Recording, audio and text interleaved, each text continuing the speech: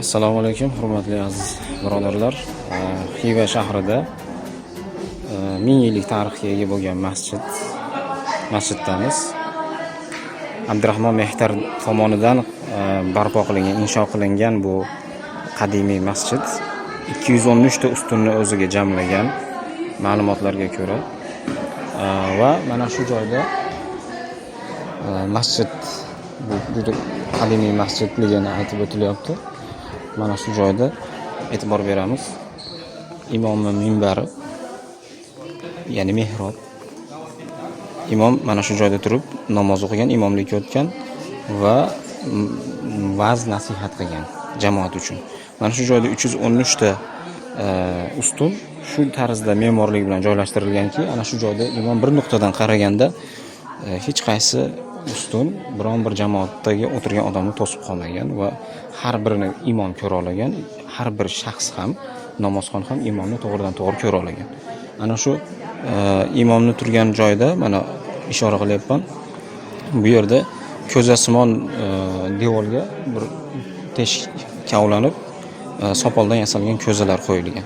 Ana shu teshiklar masjiddagi butun mana shu joyga jamlangan xalqni imomning so'zini hammaga birdek yetib borishligini ta'minlagan.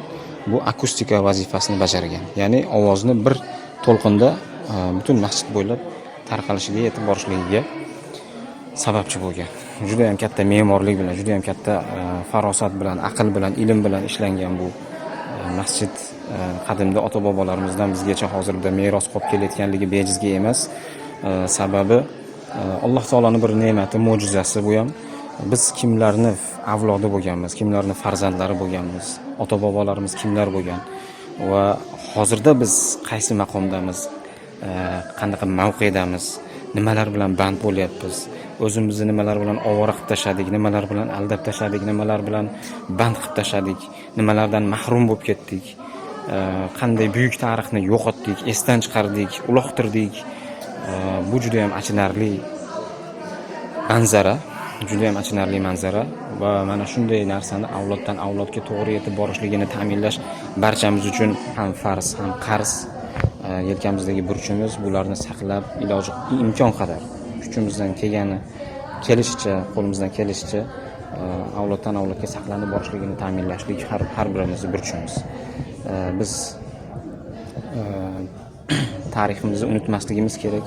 Bunday bir buyuk ajdodlarimizni izlarini esdan chiqarmasligimiz, qilgan ishlarini esdan chiqarmasligimiz kerak va mana shunday buyuk bir ajdodlarning farzandlari ekanligimiz doim aqlimizda, fikri zehnimizda bo'lishligi kerak va mana shunday yana buyuk avlodlarni yetishtirishlik har birimizni niyatimiz, orzuyimiz, umidimiz va qolaversa kezi kelganda burchimiz hisoblanishligi kerak. Alloh o'tgan azizlarni, buyuklarimizni, mana shunday buyuk tarixlarni qoldirib ketgan insonlarni, Allohning yo'lida xizmat qilgan, dinida xizmat qilgan insonlarni Alloh taolo o'z rahmatiga olsin va bu yurtlardan yana o'sha buyuk insonlar kabi buyuk insonlarni, yaxshi insonlarni yana qayta yetishtirib chiqarsin.